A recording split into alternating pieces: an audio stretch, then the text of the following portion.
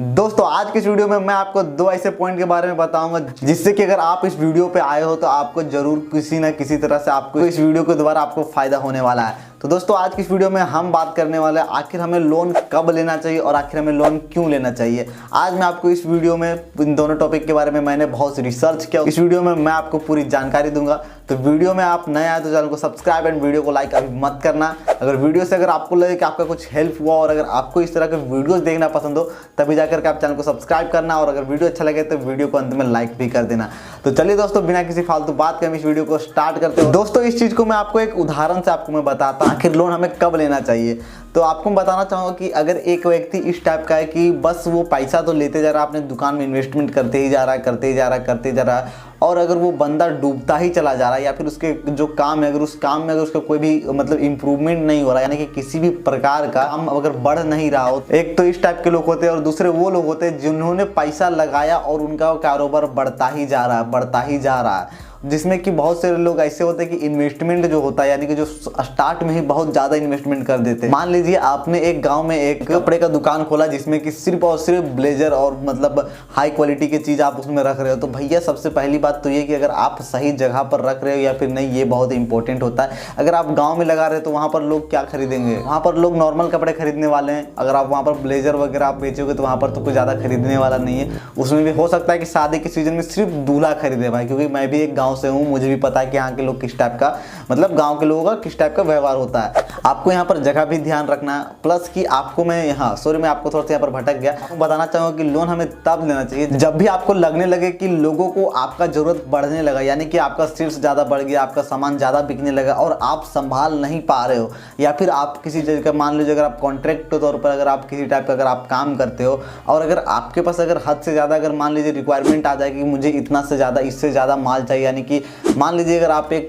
T shirt manufacturer हो यानी कि आप टी शर्ट बनाने वाले हो और आपको ऑर्डर आ गया अचानक मान लीजिए 10,000 का और आपके पास उतना मशीन नहीं, उतना पावर नहीं कि आप उतना बना सको। अगर आपका ऑर्डर कंफर्म है कि वो बंदा खरीदने वाला है 100%, तो उस टाइम पे आप लोन ले सकते हो, आप अपना काम बढ़ा सकते हो या फिर उस टाइम पे आप एक चीज़ और भी कर सकते हो कि जैसे कि जो कोई और कर रहा है उससे आप सस्ते रेट पर लेकर आप उसको दे सकते हो। बट अगर आपको अगर अपने बिजनेस को और खुद के थ्रू अगर आपको बढ़ाना ही है तो आपको बेस्ट होगा कि आप उस टाइम पे आप लोन में या फिर जो भी हो आप सामान खरीद दो, आप मशीन खरीद लो, आप अपना मैन्युफैक्चर को बढ़ा सकते हो। उस टाइम पे वो सही मौका होता है यानी क्योंकि उस टाइम पे अगर आपका 100% है कि आप जो भी प्रोडक्ट बना रहे हो वो चीज़ आपका बिक जाएगा। उस टाइम पे अगर आप लोन लेते हो तो सबसे अच्छा मेरे ख्याल से वही टाइम होता है जब आपका मतलब रिक्वायरमेंट आपका ज़्यादा हो, जब आपके मार्केट में जब आपका ज़रूरत ज़्यादा बढ़ने लगे तब आप उस टाइम पर लोन लो, उस टाइम पर ज़्यादा बेटर होता है। दोस्तों दूसरा पॉइंट ये आता है कि आखिर हमें लोन क्यों लेना चाहिए। ये भी बहुत ही बड़ा महत्वपूर्ण क्वेश्चन। बहुत से लोगों के मन में सिंपल सा आंसर आएगा कि लोन इसलिए लेना चाहिए ताकि हम अपना दुकान को अच्छा कर सके, अपने दुकान को हाईलाइट कर सके, चमका सके।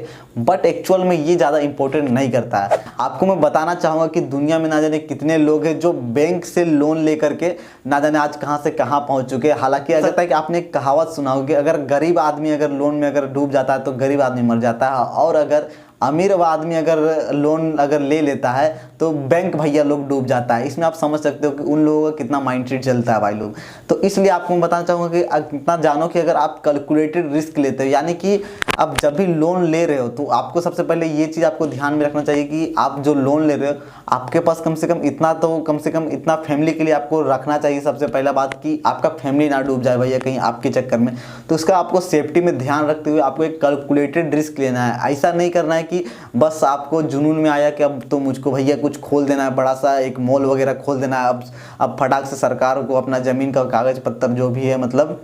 हमने जो भी एग्रीमेंट अगर आप दे देते हो और फटाक से आप लोन लेके आप करते हो बिना किसी से सलाह लिए, बिना कोई सोचे समझे, तो आप उसमें 100 में मतलब समझिए 80% है कि आपका बिजनेस वहाँ पर डूबने वाला है भैया। क्योंकि आपको सबसे पहले तो उस चीज़ के बारे में आपको पता नहीं है। तो आप इसलिए लो जो कि आप अभी जो नॉर्मल जीवन जी रहे हो, अगर आपको लगता है कि आप इसको आप और आगे बढ़ा सकते हो यानी कि आप खुद को एक अगले स्टेप पे लेके जा सकते हो, आपको लगता है कि आप अपने परिवार में कुछ अलग हो, आप उनसे कुछ एक कदम आगे कर सकते हो, और अगर आपको लगता है कि आप कोई अच्छा सा बड़ा बिजनेस क्रिएट कर सकते हो और आपको कॉन्फिडेंस भी है, बट आप जो भी स्टार्ट कर रहे हो उससे पहले आपको रिसर्च भी कर लेना बहुत ही ज़रूरी है कि आखिर आप जो बिजनेस में इन्वेस्ट करने जा रहे हो, जिस चीज़ के लिए आप लोन लेने जा रहे हो उस चीज़ में आपको सही है कि नहीं, यानी कि आप उस प्रोडक्ट का मांग है भी या फिर नहीं। वरना अगर आप ऐसा ही लगा दोगे तो उसमें तो आपको कोई फायदा होगा नहीं। इसलिए आपको इस चीज़ का भी आपको ध्यान में रखना जरूरी है। बताना चाहूँगा कि लोन आप इसलिए लो ताकि आप खुद को एक अलग जगह पे मुकाम पे लेके जा सको। और जैसा कि आपको मैंने बताया कंडीशन कि आप लोन क्यों लो, इन सभी चीज़ों का भी आपको ध्यान में रखना जरूरी है।